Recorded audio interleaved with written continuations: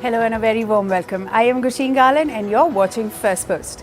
In the next few minutes, I get you the top 50 updates from around the world only here on Fast and Factual. Let's get started. First in from the United States, United Healthcare CEO Brian Thompson was shot dead yesterday in New York. The masked gunman fatally shot Thompson on his back and right calf outside Hilton Hotel in Midtown Manhattan. Police has put a bounty of $10,000 on the assailant. US President-elect Donald Trump has announced some new nominations for his administration. He has named Jared Isaacman to serve as a new chief of NASA. Trump has also picked FISREV CEO Frank Bisignano to lead the Social Security Administration. He tapped former Senator Kelly Loeffler to head the Small Business Administration, while veteran Washington attorney Paul Atkins was selected to chair the Securities and Exchange Commission. U.S. Secretary of State Antony Blinken said the ceasefire in Lebanon is intact. He said that the steps are being taken to continue the ceasefire as both the sides want to continue the truce. Blinken's remarks come amidst changes of ceasefire violation charges between Israel and Hezbollah. Meanwhile, in West Asia, Israel said it targeted a Hezbollah launcher in southern Lebanon. The Israeli army released a video showing the strike. The IDF said the launcher was found in Majd al-Zoun and posed a threat to Israel. The military also said that this violated the agreement between Israel and Lebanon. An Israeli strike hit a displacement camp near Khan Yunis, killing at least 20 people. The attack in the Al-Mawasi area also injured dozens of people. Meanwhile, the Israeli military said it targeted senior Hamas terrorists in the area. The IDF also reported secondary explosions after the strike, alleging the presence of weapons in the region. A no-confidence vote brought down French Prime Minister Michel Barnier-led government. The motion was brought by an alliance of left-wing parties, which had support from the lawmakers of far-right. National Rally as well. A total of 331 lawmakers voted to topple the incumbent French government. President Macron is likely to address the nation later today. In the eastern Mediterranean, Syrian rebels have encircled the key central city of Hama from three sides. This as government forces continue with their counter-offensive to retain the control of the city. Meanwhile, the Syrian rebels have also claimed victory in the city of Tel Rifat in northwestern region. This comes after rebels claimed the control of Aleppo city last month. Shelling renews in the war-torn Sudan. A displacement camp in North Darfur state was pounded again yesterday. At least 7 people were injured after shells were fired by rapid support forces. The RSF began attacking the camp last weekend but forced to halt its offensive on December 3. Meanwhile, the rival parliamentary group is fighting to win the control of nearby Al-Fashir city. In the Caribbean, Cuba suffered its third nationwide blackout in 2 months yesterday. A collapse in the Caribbean islands' electoral grid caused power outage. Schools were closed and non-official workers were ordered to stay home. Authorities said they have started to restore power and expect it to be back by today. In Georgia, protesters rallied in capital Tbilisi for the 7th consecutive night. This came after police raided opposition party offices and made arrests yesterday. Georgian Prime Minister alleged that the opposition had been supplying protesters with fireworks hurled at police during the protest. The demonstrations follow suspension of the EU accession talks by the government. In the Korean peninsula, a vigil was held in South Korea's capital Seoul to condemn President Yoon Suk-yeol's decision to declare a martial law. About 10,000 people gathered for a candlelight protest in the capital city. Citizens also demanded Yoon's resignation and chanted slogans against him. South Korean Defense Minister Kim Yong-hoon has stepped down. His resignation followed President Yoon Suk-yeol's decision to impose a martial law. According to reports, Yoon advised the president to enforce the law in the country. Yoon nominated Choi Byung-hyuk as the new defense minister. Russian President Vladimir Putin has applauded India and its leadership. He spoke about the Make in India initiative led by Prime Minister Narendra Modi at a summit in Moscow. Putin hailed Prime Minister Modi's efforts for creating stable conditions for small and medium-sized Indian enterprises. He also believed that the investments in India are profitable. Bangladesh interim leader Mohammad Yunus made anti-India calls. He called for unity against India in an all-party meeting yesterday, citing a disinformation campaign against Bangladesh. Yunus did not give any evidence to justify his claims. This comes as New Delhi remains vocal against recent attacks on Bangladeshi minorities. In climate news, the United States argued before the International Court of Justice that historical emissions should not be considered wrongful acts. It emphasizes that the advisory proceedings in the court is not for addressing past violations or preparations related to climate change. The ICJ is hearing a case to clarify climate obligations of the countries. The U.S. town of Scarborough in North Carolina has filed a lawsuit against utility giant Duke Energy. It has accused the firm of misleading the public about climate change and delaying the shift to renewable energy. The town claims it faces millions in costs for infrastructure repairs and rising energy bills due to climate-related impacts. Conservationists in England are conducting a groundbreaking experiment in North Yorkshire. They are transferring fungi-rich soil from ancient hag wood to a newly established woodland to restore soil biodiversity. The project, led by Forestry England, aims to reintroduce essential fungi species that boost tree health, soil sustainability, and resilience to extreme weather. The Albufera National Park, one of Europe's most biodiverse coastal wetlands, has been devastated by flash floods in southeastern Spain. The lagoon, home to endangered freshwater species and vital rice paddies, is now inundated with plastic waste, wrecked cars, and pharmaceutical pollutants. A severe drought exacerbated by the 2023-2024 El Nino climate phenomenon has left 26 million people across southern Africa facing acute food insecurity. This is according to the United Nations World Food Programme. The crisis, which has devastated crops and livestock, is expected to persist until the next harvests in March or April 2024. China experienced its warmest autumn since 1961, with an average temperature of 11.8 degrees Celsius. This is according to the National Climate Center. This follows a summer of record-breaking heat and extreme weather that included the hottest July and August ever recorded in the country. On to business and tech news now. Bitcoin rises above $100,000 for the first time. The spike comes after Donald Trump's presidential election victory. Bitcoin witnessed a 45% rise and double its value since Trump's win, owing to expectations of his administration creating a cryptocurrency-friendly environment. A U.S. court ruled that Target must face a lawsuit for misleading the investors. Target is accused of misleading shareholders about its sales of LGBTQ-themed merchandise. The sale targeted 2023 Pride Month. However, it triggered backlash and customer boycott. The U.S. semiconductor major Intel is searching for a new CEO. The interim co-CEO, David Zinsner, said that Intel is looking for a top executive with expertise in manufacturing and product development. The search follows the resignation of CEO Pat Gelsinger earlier this week.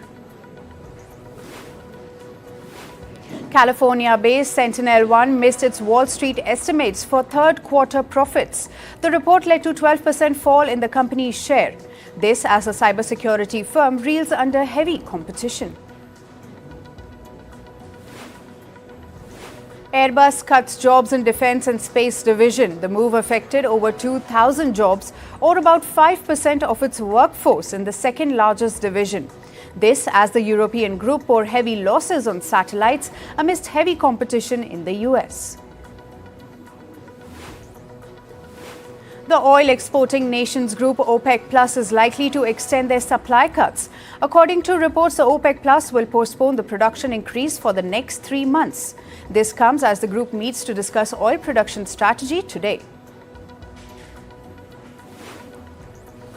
General Motors told its investors that it would take more than a $5 billion hit on its joint ventures in China. The American company said it would incur 2 non-cash charges, one for restructuring costs and the other over reduced joint venture value. This as the company struggles to compete with chip makers in China.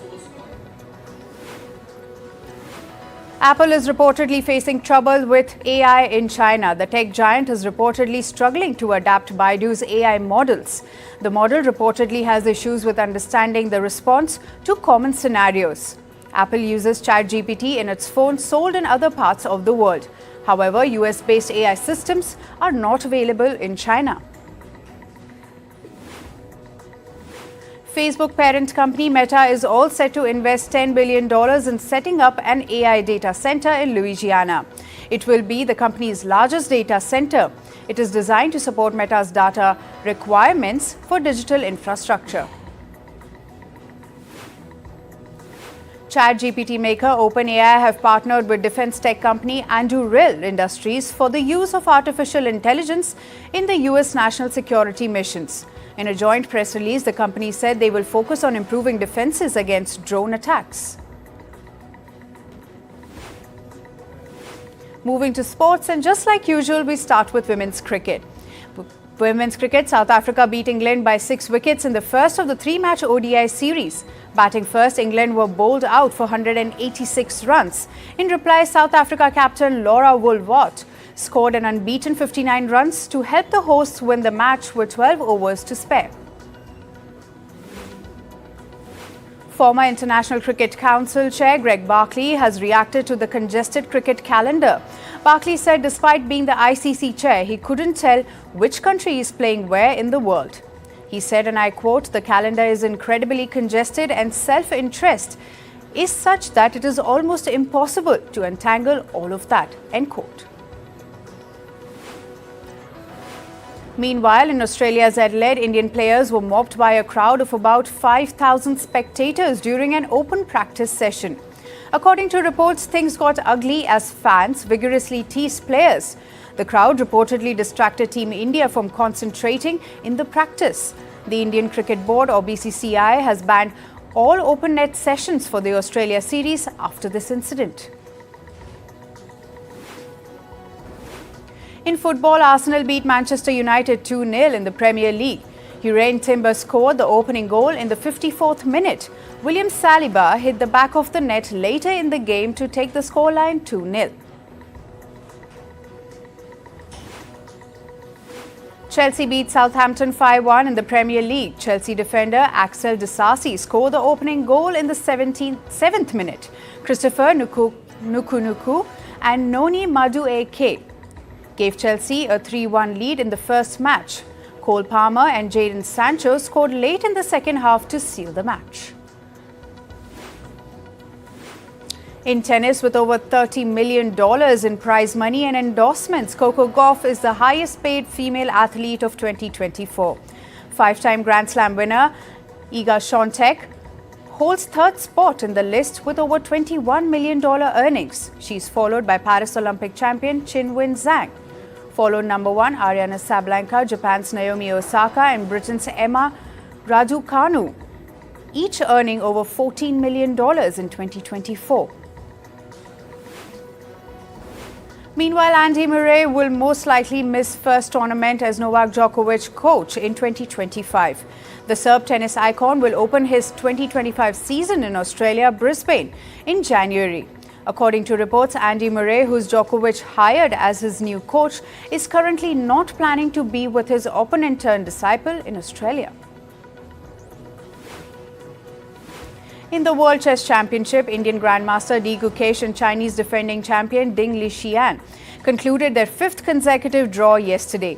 The 8th game of the 14-round match ended in a draw after 51 moves. Both players now remain tied at 4 points each. The player to reach 7.5 points first will secure the championship. In the world of racing, Lewis Hamilton is set to bid farewell to Mercedes this weekend after Abu Dhabi Grand Prix. Hamilton won 6 drivers' titles with Mercedes in past 1 decade. In a statement, Mercedes said that they will be giving a fond farewell to one of their best, Sir Lewis Hamilton. Hamilton will join Ferrari next season. The Dutch Grand Prix will be removed from the F1 calendar after the 2026 season. The Formula One suggested that would promote decision to not continue to host the Dutch Grand Prix in the long run. The Dutch Grand Prix's departure comes as F1 is already planning its future calendars. And finally, from the world of showbiz, first up from India, a stampede outside Hyderabad theatre during a screening of Pushpa 2 turned deadly. It claimed the life of 1 woman and injured 2 others. As per reports, this as fans gathered in massive numbers, causing chaos. They attempted to catch a glimpse of lead actor Allu Arjun. Singer Britney Spears is back in the spotlight a day after announcing that she is legally single. On her 43rd birthday, the singer announced that she has moved to Mexico. She took to social media to share that she did this to escape the cruel paparazzi, stating that they have been extremely mean and cruel to her. According to reports, actor Papa Esidhu is being eyed for the role of Severus Snape. This is for the upcoming HBO Harry Potter series. The actor has yet formally accepted the role, while the hype around the series continues to build with each passing day. According to the Spotify Rap 2024 year-end data, Taylor Swift is the most streamed artist of the year.